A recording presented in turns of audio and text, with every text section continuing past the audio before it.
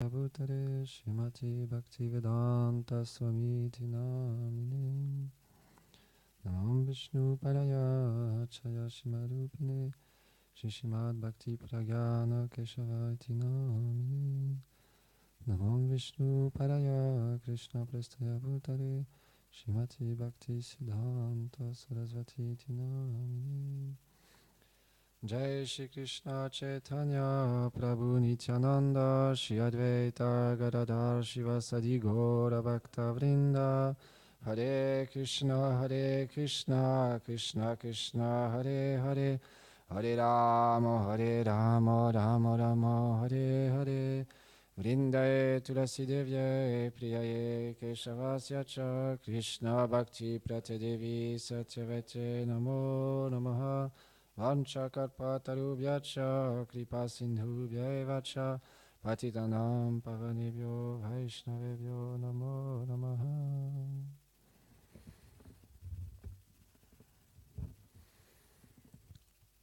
Tellement fortuné d'avoir pu chanter ces chants écrits par de grands acharyas comme Narottam Das Thakur qui décrivent les gloires des Vaishnavas d'une manière tellement merveilleuse.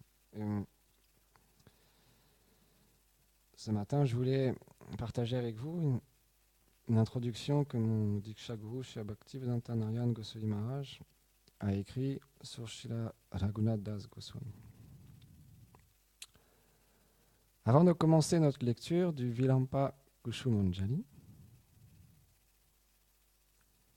offrons nos pranams à Srila Raghunath Das Goswami, Srila Rupa Goswami, Sri Chaitanya Mahaprabhu, Srimati Radhika Vrajanandana Shyamasundar, ainsi qu'à cette œuvre Vilapa Kushumanjali. Qui est Srila Raghunath Das Goswami? Shri Gopal Guru a expliqué dans son Padati que dans sa forme spirituelle, Svarup Siddhi, Srila Das Goswami est Rati Manjari et son surnom est Tulasi Manjari. Toutes les sakis l'appellent Tulasi Manjari et parfois aussi Rati Manjari. Das Goswami est apparu en compagnie de Sri Chaitanya Mahaprabhu, Sri Rupa Manjari et toutes les autres sakis de Golok Vrindavan. Son Diksha Guru, qui est aussi le gourou de la famille des Yadunanda Acharya, il eut pendant quelque temps la compagnie de Sri Haridas Thakur et rencontra également Sri Chaitanya Mahaprabhu. Raghunath Das Goswami voulait rejoindre Sri Chaitanya Mahaprabhu depuis son jeune âge. Mais Mahaprabhu lui conseilla de ne pas quitter son père et sa mère sitôt. Il lui dit « Tu dois d'abord développer ta bhakti et alors tu pourras quitter ton foyer. Maintenant, retourne chez tes parents. » Il arrive qu'en voyant agir d'autres personnes, on devienne enthousiaste et agisse de manière impulsive. Mais lorsque la fièvre descend, on comprend qu'on a fait une erreur. Tu es très jeune en matière de religion. Ne sois pas plus enthousiaste que nécessaire ou impatient. Retourne chez tes parents, aime-les extrêmement, mais maintiens Nishta, une fois dans ton bhajan. Dieu t'aidera pour qu'un jour tu puisses atteindre le but ultime. Raghunath Das retourna chez ses parents vivre avec sa femme et sa famille. Par la suite, à Panihati, il rencontra Nityananda Prabhu, qui lui donna sa miséricorde. Un jour, après son retour de Panihati, son gourou Yadunanda Acharya se présenta chez lui tôt le matin, alors qu'il faisait encore nuit. Il dit à Raghunath Das, « L'un de mes disciples est parti et le puja de mon Thakur ne peut avoir lieu. Viens avec moi tenter de l'engager à nouveau dans l'adoration de Thakurji. » Raghunath Das était très content de cette nouvelle qui signifiait pour lui qu'il pourrait quitter le palais sans encombre. De nombreux gardes le surveillaient, mais lorsqu'ils le virent avec son gourou, ils ne firent pas cas de son départ.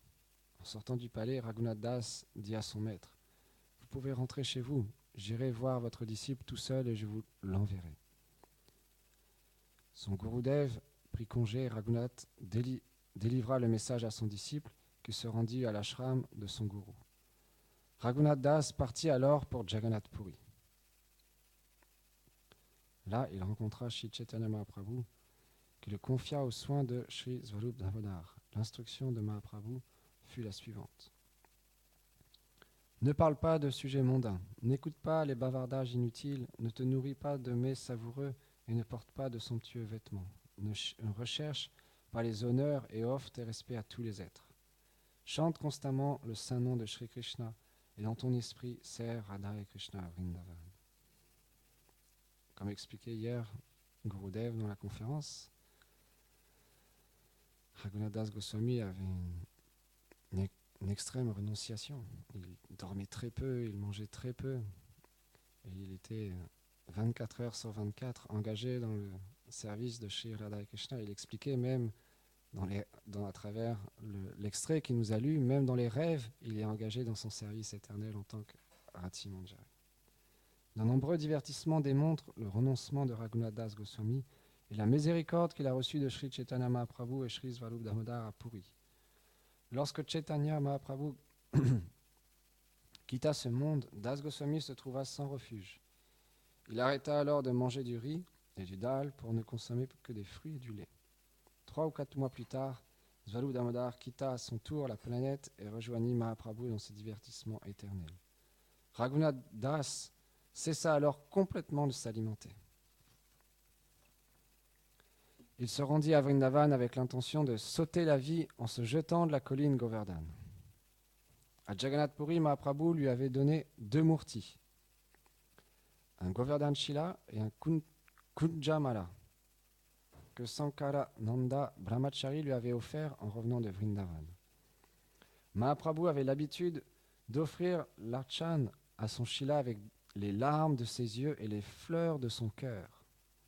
Parfois, il le gardait sur son cœur, d'autres fois sur sa tête ou ses paupières. D'autres fois, il ne trouvait pas d'endroit digne où le placer. 3 mois plus tard, Mahaprabhu donna le Shila à Raghunath Das Goswami, qui considéra qu'il lui avait ainsi donné le refuge de Govardhan. Il pensa, il m'a offert Govardhan, je dois servir Govardhan. Et en me donnant le Kunjamala, il m'a offert au pied de lotus de Shrimati Radhika. Jai Shishinita Vishvambar Shishinanda Shilagopal.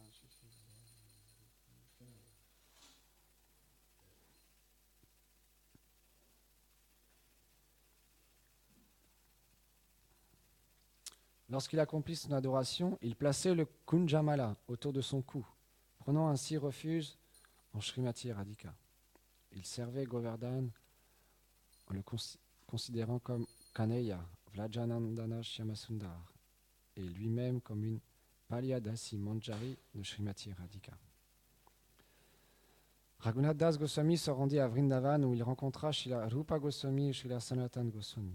Il leur parla de son idée d'aller à Govardhan, mais pas de son intention de s'y donner la mort.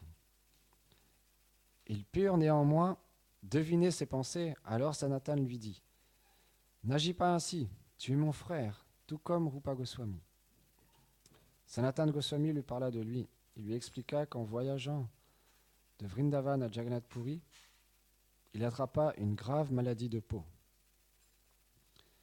Dès que Chaitanya Mahaprabhu le vit, il étreignit fortement, ce qui déprima complètement Sanatana Goswami. Il pensa « Je dois quitter mon corps en me jetant sous les roues du char de Jagannath. » Chaitanya Mahaprabhu était conscient de son intention et lui dit « Tu m'as donné ce corps et maintenant tu veux agir indépendamment. Tu t'es offert en parole mais pas intérieurement. Tu n'as aucun droit sur ce corps parce que tu me l'as déjà donné. » Mahaprabhu poursuivit « Si je savais qu'en me suicidant, je gagnerais le service de Radha et Krishna, je désirerais mettre fin à mes jours des milliers. Je sais que Krishna et Krishna Prem ne s'obtiennent pas en mourant, seulement par Krishna Bhajan. » C'est ainsi que Mahaprabhu instruisit Sanatana Goswami sur la pratique du Bhajan. Sanatana Goswami dit ensuite à Raghunath Das Goswami « Même si tu meurs, tu n'atteindras pas nécessairement Krishna Prem. Mieux vaut que tu accomplisses le Bhajan à Radhakund, Govardhan, Vrindavan et les autres lieux de divertissement de Radha et Krishna. » Raghunath Das Goswami avait souvent la compagnie de Srila Rupa Goswami. Il suivait ses instructions car il avait tout reçu de lui. Sanatana Goswami était lui son Shiksha Guru. Jai Shri Raghunath Das Goswami ki Jai. Donc voilà une instruction, un divertissement à travers Sanatana Goswami et Raghunath Das Goswami. Comme il disait hier Gurudev, on ne peut pas imiter les sentiments, on ne peut pas véritablement comprendre tant qu'on est conditionné par ce corps, par les influences de ce monde matériel, les trois souffrances qu'il a décrites à travers les autres entités vivantes, les catastrophes naturelles, le climat, et le corps, les maladies, le mental, etc. Tant qu'on est affecté par ces choses-là, qu'on est conditionné, on peut simplement mendier, comme en chantant les chants qu'on vient de chanter, mendier la miséricorde de ces grands Vaishnavas dans ces jours tellement auspicieux et quotidiennement aussi, en chantant le Mahamantra et en accomplissant notre service auprès de notre Gurudev, quel qu'il soit. Mendier cette miséricorde, qu'il puisse nous donner une goutte, une miette de cette dévotion pure qu'on cherche et qu'on apprend à développer dans notre vie. Et là, il y a une instruction pour nous qui est tellement importante. Gaur Govinda Swami, dans une conférence, il expliquait ce même principe qu'un disciple, quand il prend refuge véritablement du maître spirituel, il se donne entièrement. Il donne sa vie au gourou. Et donc, Gaur Govinda Maharaj, il l'explique. Le gourou, il peut faire ce qu'il désire. Il peut nous châtier, il peut nous reprendre, il peut nous glorifier. Il peut nous donner tellement d'attention ou pas. Un jour, il y avait Jai Shishi Prana Shingoku.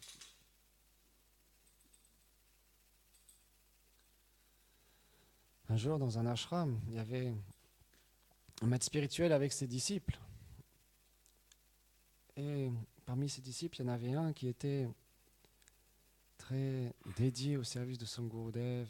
Il l'organisait d'une manière tellement merveilleuse, les parikrams et les festivals, et il faisait tellement de services dans la mat.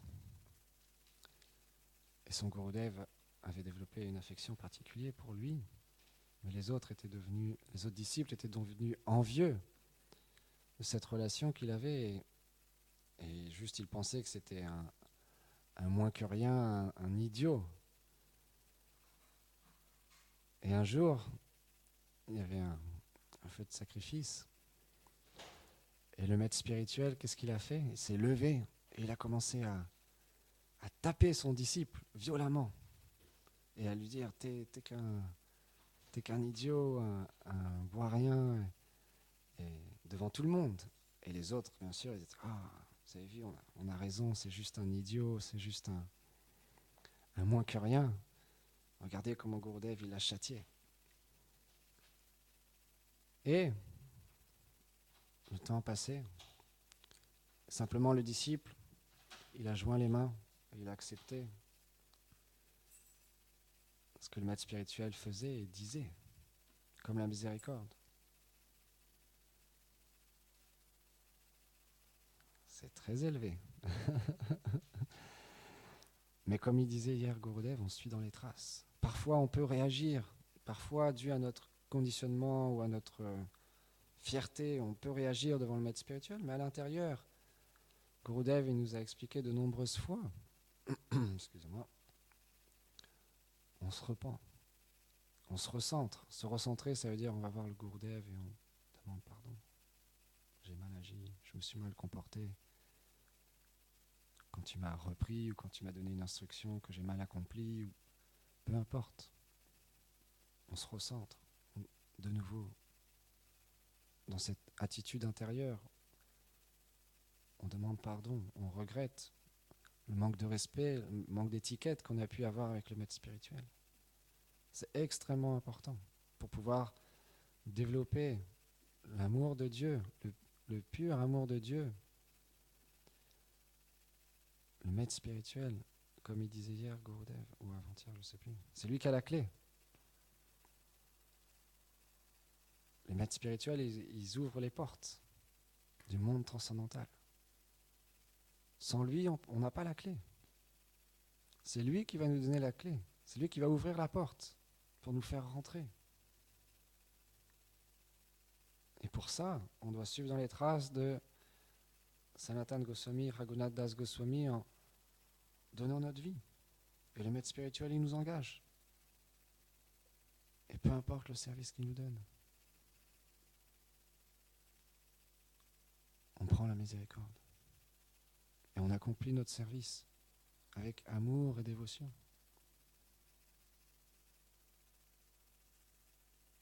Et donc ce disciple, après un long moment, son maître spirituel était sur le point de quitter ce monde. Et il a demandé à ses serviteurs, appelez tel disciple. Le disciple en question qui s'était fait reprendre devant tout le monde. Et donc il est venu, il s'est approché de son gourou. Et son Gurudev, les mains jointes, il lui a dit, pardonne-moi. J'ai agi de cette manière-là parce qu'ils étaient envieux de toi. Et je voulais te protéger. Mais sache que je t'ai toujours aimé. Maintenant, je veux que tu deviennes le prochain Acharya. Donc, comment le Gurudev relationne avec nous? C'est Krishna qui l'inspire, c'est Radharani qui l'inspire. Il est un instrument, lui-même est un serviteur. Et il relationne avec tous les disciples de tellement de manières différentes.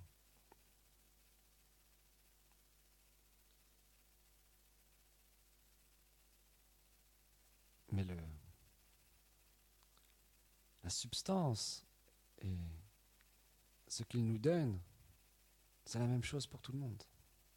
Il ne donne pas à un la libération, à un autre les désirs matériels, à un autre d'avoir une bonne famille, des enfants, et continuer à être attaché dans ce monde. Non, le gourou, dans notre filiation spirituelle, authentique, il nous donne le pur amour. Et de quelle manière, ça après? Ça peut être dans la vie de famille, dans le brahmachari, dans le temple.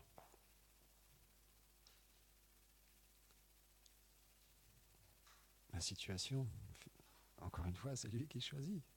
Si on suit ses instructions, ses directives, si on devient comme Raghunath Das Goswami, Sanatana Goswami, on suit dans leurs traces, alors on sait, c'est lui qui sait ce qui est bien pour moi. On a cette foi, Shraddha, on a cette foi que le maître spirituel, il a tout. Il a tout obtenu. C'est un associé du Seigneur. Il a Krishna dans son cœur, Radharani, tous les associés. Partout où il regarde, il voit Krishna. Et moi-même, j'aspire à ça. Je veux devenir son disciple. Il sait ce qui est bien pour moi. Il sait comment m'engager. Lui, il sait. Arjuna, dans la Bhagavad Gita, Krishna il a dit Tadvidi playapatena pariplashana sevaya upadekshanti teganam gainastadashina. Cherche à connaître la vérité en approchant quelqu'un qui l'a vu. Serre-le avec amour. Écoute le Harikatha. Et de cette manière-là, graduellement, il faut être sûr, on atteindra la perfection. On a juste à suivre dans les traces. Et pour ça, Gaur Govinda Maharaj, il a raconté une histoire intéressante. Il expliquait, un jour il y avait un washerman, quelqu'un qui lave les vêtements. Et un jour il a perdu son âne. Il était très attaché à son âne. Il a commencé à pleurer et à se lamenter. Et il s'appelait Sunanda Gandharva. Et il disait « Oh, Sunanda Gandharva est mort, Sunanda Gandharva est mort. » Et il pensait « Ah, c'est un jour tellement auspicieux en même temps, parce qu'il a quitté ce corps aujourd'hui. Alors je vais me raser la tête et je vais prendre un bain dans les eaux saintes. » C'est une tradition qui existe quand une personne chère quittent ce monde ont fait cette chose-là, mais lui, il était attaché à un âne. Et donc, il a fait ça. Et puis après, sur le chemin du retour, il y a le prêtre, parce que lui, c'était pas, on dit, washerman, je ne sais pas en français comment on dit, quelqu'un qui lave les vêtements. Il lavait les vêtements du roi. Donc le prêtre du roi, quand il l'a vu, il était étonné. Il lui a dit, qu'est-ce qui se passe? Pourquoi tu t'es rasé la tête? Et là, il lui a répondu, t'es pas au courant? Sunanda Gandharva est mort aujourd'hui. Il n'a pas dit mon âne Sunanda Gandharva est mort, il a juste dit Sunanda Gandharva est mort. Et il ne connaissait pas la personne, mais il avait foi. Alors du coup, il a dit, ok, est-ce que moi aussi je devrais faire la même chose? Je devrais me raser la tête? Et il a dit, oui, c'est un jour tellement auspicieux. Donc le prêtre aussi s'est rasé la tête. Et après le prêtre, le ministre du roi, il a vu le prêtre comme pareil, rasé. Il s'est dit, oh, qu'est-ce qui se passe? Pourquoi tu t'es rasé aujourd'hui? La même chose, il lui a dit, mais t'es pas au courant. Aujourd'hui, Sunanda Gandharva est mort. C'est un jour tellement auspicieux. Il a dit, oh, est-ce que moi aussi je dois me raser la tête? Il a dit, oui, c'est un jour auspicieux. Hop, il s'est rasé la tête. Et le Premier ministre, il a vu le roi la même chose, il l'a questionné. Et de nouveau, il lui a expliqué, il a dit, c'est un jour tellement auspicieux aujourd'hui, Sunanda Gandharva est mort. Rase-toi la tête. Et là, la reine est arrivée. Et la reine, elle a vu le roi. Quand Gom de Maharaj, il explique, elle avait un peu plus d'intelligence. Elle lui a dit, mais qui t'a dit? Qui c'était cette personne? Qui t'a parlé de ce Sunanda Gandharva? Tu sais pas qui c'est? Elle a dit, oh, bah, c'est mon Premier ministre. C'est mon Premier ministre. Donc la reine, elle a dit, ok, appelez le Premier ministre. Et donc elle a questionné, elle a dit, mais qui c'est qui t'a dit que ce Sunanda Gandharva était si spécial et que c'était un jour auspicieux? C'est le prêtre, ma chère reine. Donc elle a appelé, ok, le prêtre. Et là, le prêtre, il a dit, c'est le washerman, celui qui lave les vêtements, qui m'a dit que Sunanda Gandharva était mort aujourd'hui. Et là, la reine, elle a rigolé, elle a dit, mais vous avez foi dans les paroles de quelqu'un qui est en Inde à cette époque-là, il y avait différentes classes, et donc c'était pas une classe très importante, celui qui lavait les vêtements. Donc elle disait, mais pourquoi tu as suivi cette instruction? Ok, bon, on va voir. Appelez le laveur de vêtements. Donc, ils l'ont appelé. Et donc la reine lui a questionné, il a dit, mais qui c'est ce Sunanda Gandharva? Et là, le laveur de vêtements, il a joint les mains, il a baissé la tête, il a dit, oh, en pleurant, oh ma chère reine, mon âne, Sunanda Gandharva est mort aujourd'hui. Et Gom de Maharaj, il rigolait.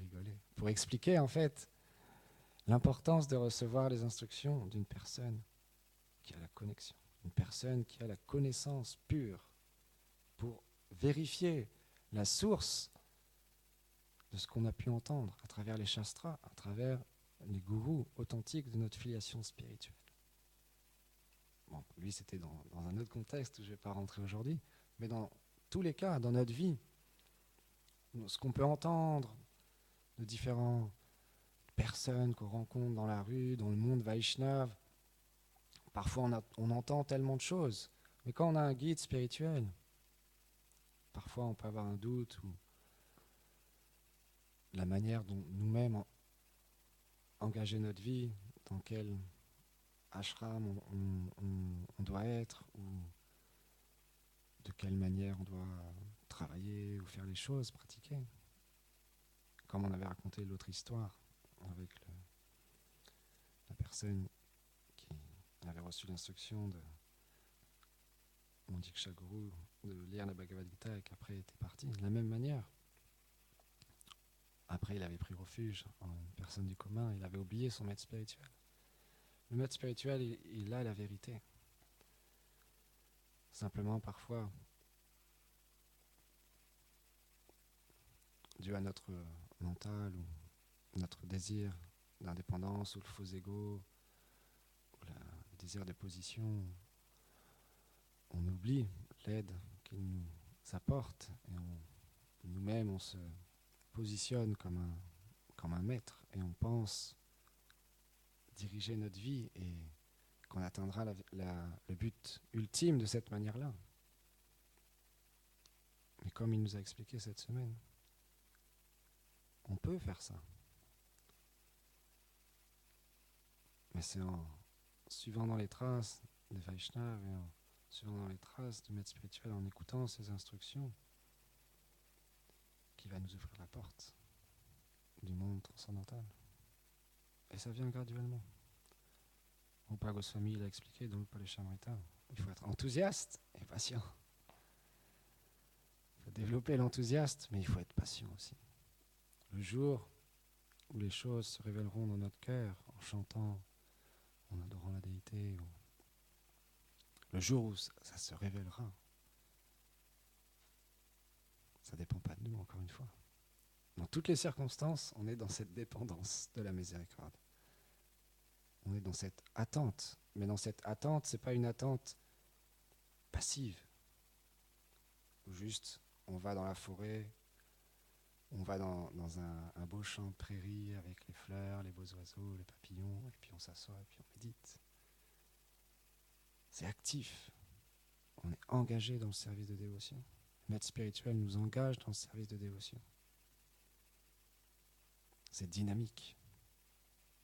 Tous les jours, on se lève, on offre nos hommages aux déités, au Gurudev, au Guru Parampara. Puis après, on vient au Mangalarti, on chante. On nous a fait une belle conférence sur qu'est-ce que c'est le Mangalarti. Donc le Vaishnava, il nous donne toujours des indications, il nous donne toujours sa miséricorde à travers le Harikatha, à travers les instructions, à travers le service. Donc la fortune qu'on a, elle est illimitée. Krishnadas Kaviraj Goswami, dans le Chaitanya Charitamrita, pour glorifier aussi Krishnadas Kaviraj Goswami, lui-même, il se positionnait dans cette humilité extrême, en se considérant moins qu'un ver dans les excréments, tellement il était humble. Les instructions qu'il nous a données sont tellement merveilleuses, le Chaitanya Charitamrita est tellement extatique.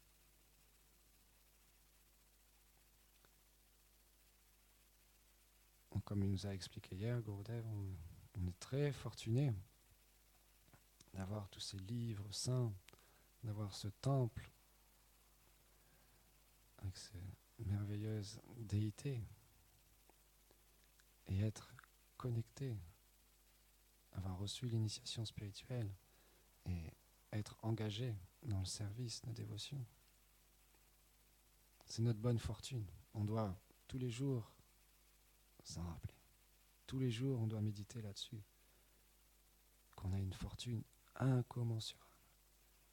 Parce que Bhaktivedanta Swami Prabhupada, dans un des morning walk, des marches du matin qu'il faisait avec ses disciples, un de ses disciples lui posait la question, et il lui dit, mais Prabhupada, tous ces entités vivantes, en montrant la forêt, les arbres, sont aussi des jivas.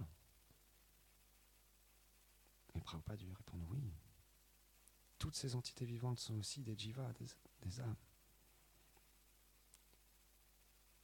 Et il explique, un chien, il ne peut pas, mais il explique la nature, par exemple des végétaux qui ont une conscience beaucoup plus basse. Mais quand même, ils ont une conscience, ce sont des jivas, mais vraiment inférieurs. Même les animaux, comme les chiens, ils citent, ils ne peuvent pas comprendre la conscience de Krishna. Mais un être humain, oui. Il explique, c'est pour ça qu'on comprend, qu'on réalise que la forme de vie humaine est si précieuse, si rarement atteinte. Et parmi toutes ces formes de vie humaine, rien qu'à Rouen, il y en a des milliers. Seulement quelques personnes ont cette bonne fortune d'être en connexion avec le Seigneur suprême sous sa forme de Nitai Mahaprabhu, Nitai Gauranga. Gopal assis sur les genoux de Mère Yashoda avec Nanda Maharaj à côté, Shri Radha Mohan, Giriraj, Prahlad Narsingho, où tous les jours on a cette bonne fortune de prendre darshan des déités, de chanter, de parler ou d'écouter.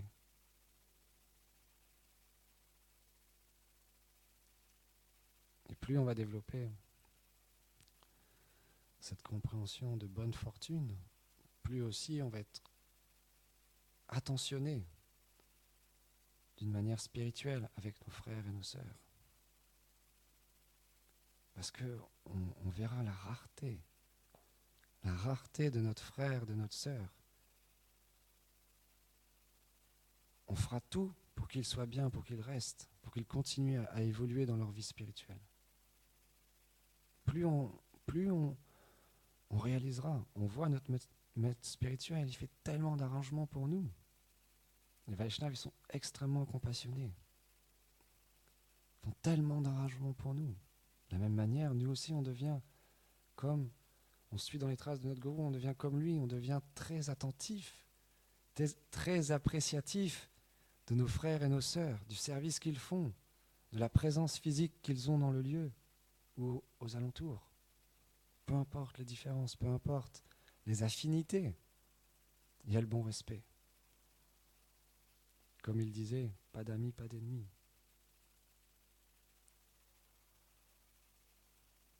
Graduellement, on perd cette notion corporelle d'amis, d'ennemis. Graduellement, par l'écoute des instructions de notre Gurudev, graduellement, on devient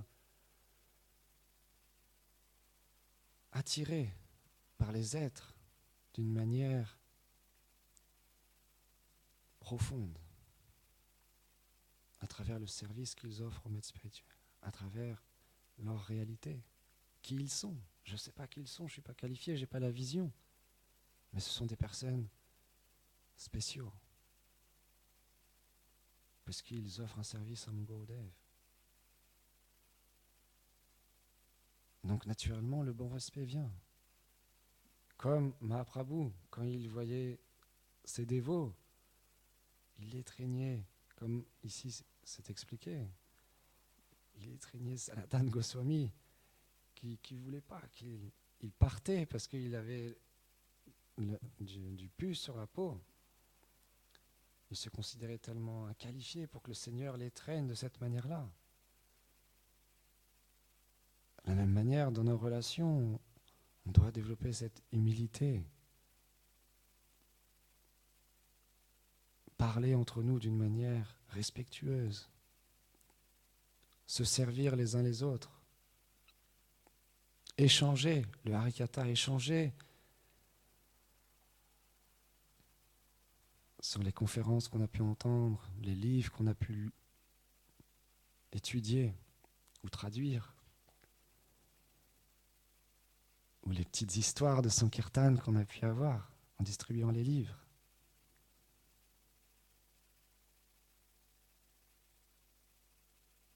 C'est tellement merveilleux.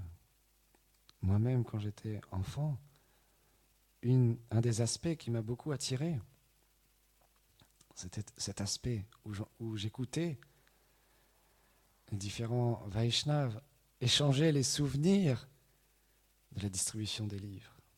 Ils racontaient les expériences qu'ils avaient pu avoir à travers ces services de distribuer des livres aux gens. Et il y a tellement d'histoires, tellement extatiques.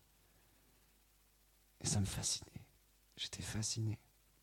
J'étais attiré par ce service, par cette expérience de donner un livre spirituel à quelqu'un.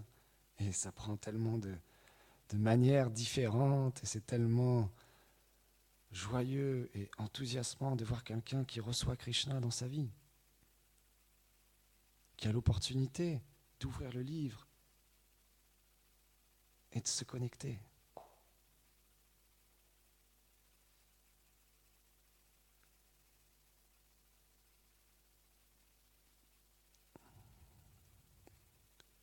Donc la vie dans un temple est tellement merveilleux, tellement extatique on est associé avec les dévots, on peut partager tellement de réalisations graduellement, de services ensemble, à travers le service au maître spirituel. Comme il expliquait, lier une amitié dans cet état d'esprit de serviteur et de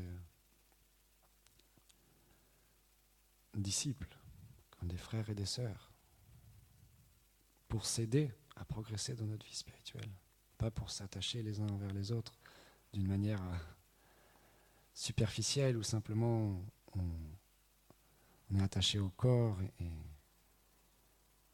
à ce qu'on ressent ou ce qu'on pense d'une personne, puisque la réalité, elle est tout autre. Notre corps, il est temporaire. Notre conditionnement aussi. L'âme, elle n'a rien à voir avec tout ça. Simplement, on est ensemble, on est engagé dans le service au maître spirituel.